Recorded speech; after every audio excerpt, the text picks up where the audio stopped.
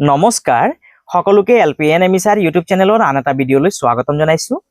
আজি আমি সমাধান কৰিম ক্লাছ 7ৰ গণিত কিতাপখনত থকা যি কৰি চাও আহা 4.3 দিয়া আছে তাত থকা যিখিনি প্ৰশ্ন দিয়া আছে সেই প্ৰশ্নখিনি আজি আমি সমাধান কৰিম।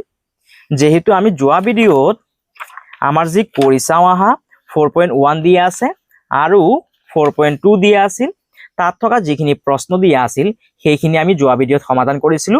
আৰু যদি তোমালোকে যদি সেই ভিডিঅ'টো চোৱা নাই অনুগ্ৰহ কৰি তোমালোকে আগতে সেই ভিডিঅ'টো এবাৰ ভালদৰে চাই লবা।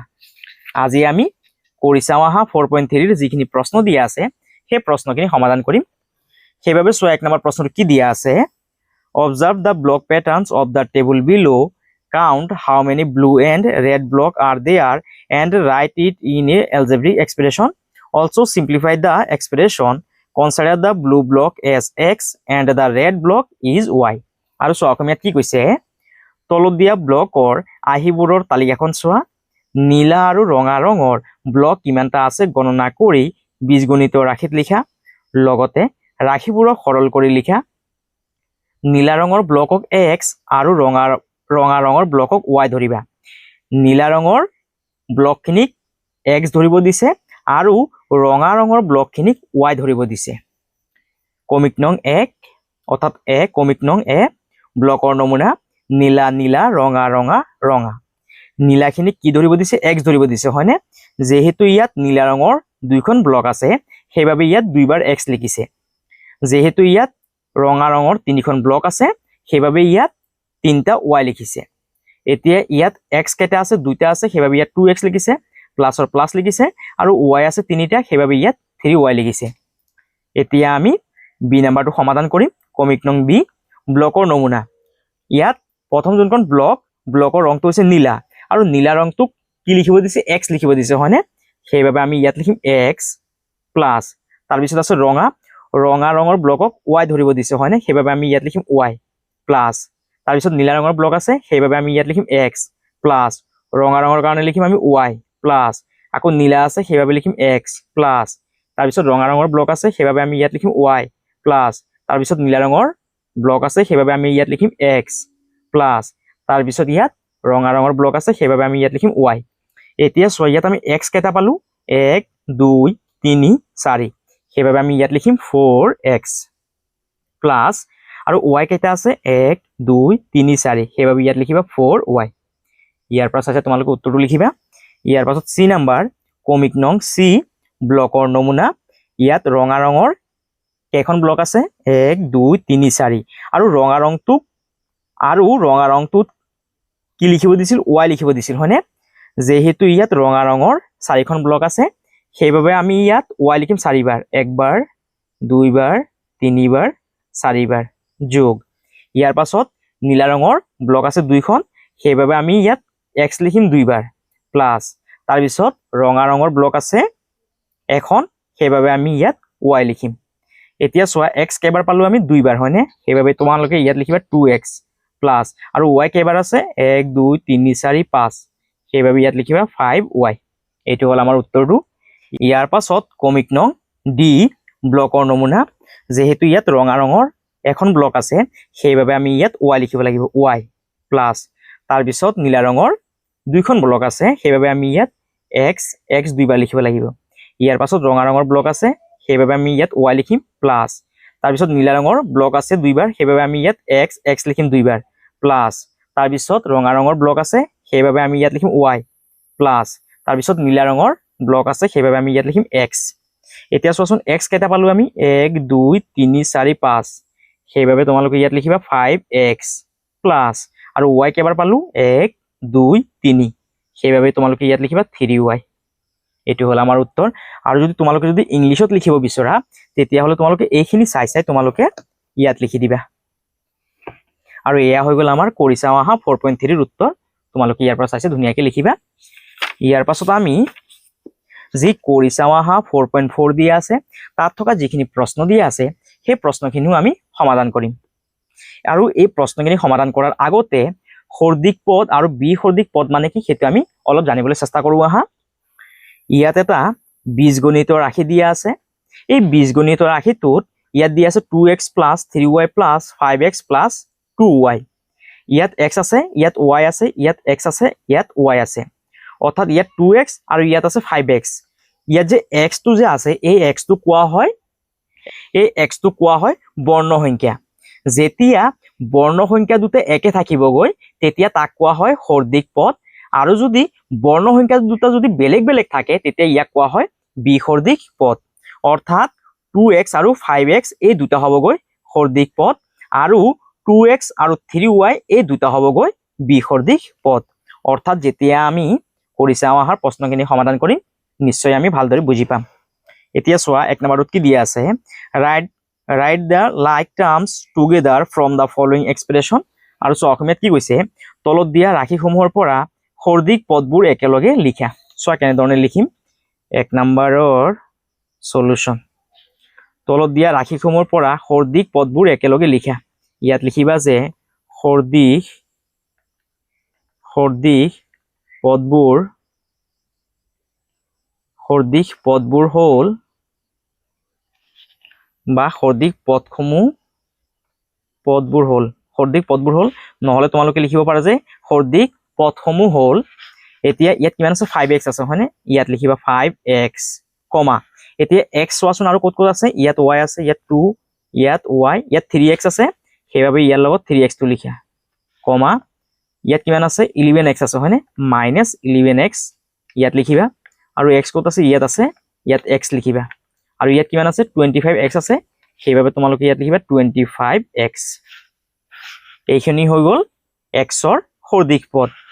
ইয়াৰ পাছত y আছে, আমি y কাৰণে ইয়াত লিখিম যে 19y কমা, তাৰপিছত y ক'ত আছে, ইয়াত 7y, সেইবাবে তোমালোকে ইয়াত লিখিবা 7y। ইয়াৰ পাছত y ক'ত আছে চোৱাচোন, ইয়াত আছে হয়নে, -17y -17y। ইয়াৰ পাছত আৰু আছে নেকি y, নাই। ইয়াৰ পাছত x টো লিখিলো, আমি y লিখিলো। ইয়াৰ পাছত কি আছে চোৱাচোন, ইয়াত z আছে, সেইবাবে তোমালোকে ইয়াত z লিখিবা। ইয়াৰ পাছত x লিখিলো, y লিখিলো, y x x y x x z লিখিলো, আৰু বাকি কিমান আছে 2 আছে আৰু 100 আছে, সেইবাবে তোমালোকে ইয়াত লিখিবা 2 আৰু ইয়াত লিখিবা 100। আৰু এয়া হৈ গ'ল আমাৰ 1 নম্বৰ প্ৰশ্নৰ উত্তৰ।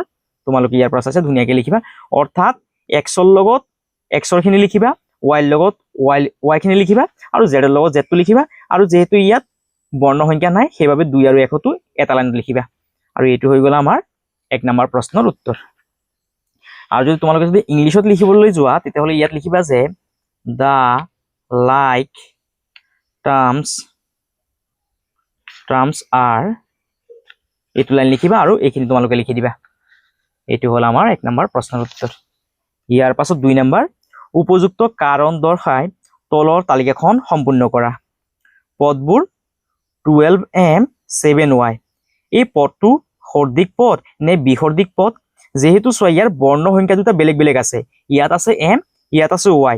যেতিয়া বৰ্ণ সংখ্যা দুটা বেলেগ বেলেগ হ'ব তেতিয়া ইয়াক কোৱা হয় বিসৰ্দিক পদ। সেইবাবে তোমালোকে এই ঘৰটোত লিখিবা বিসৰ্দিক বুলি লিখিবা, বিসৰ্দিক। এতিয়া ইয়াৰ কাৰণটো কি? কাৰণ হ'ল বৰ্ণ সংখ্যা দুটা বেলেগ বেলেগ, সেইবাবে তোমালোকে ইয়াত লিখিবা বৰ্ণ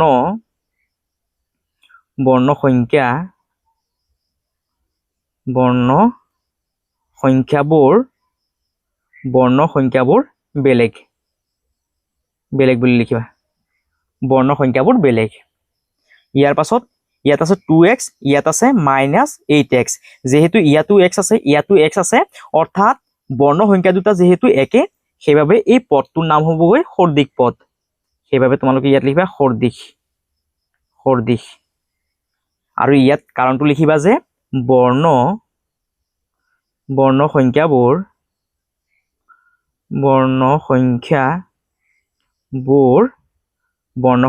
একে বুলি লিখিবা, ইয়াত একে, বৰ্ণ সংখ্যাবোৰ একে। ইয়াৰ পাছত ইয়াত আছে n, ইয়াতো আছে n। যেহেতু বৰ্ণ সংখ্যা দুটা একে সেইবাবে তোমালোকে ইয়াত লিখিবা সৰ্দিক। আৰু ইয়াৰ কাৰণটো লিখিবা যে বৰ্ণ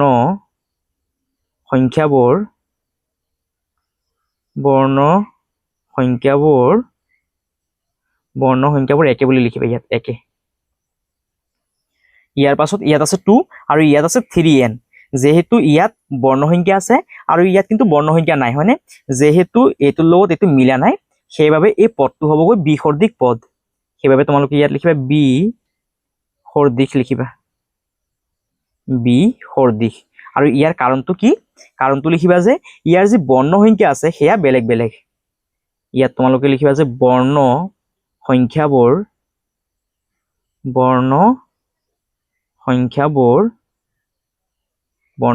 বেলেগ বুলি লিখিবা ইয়াত বেলেগ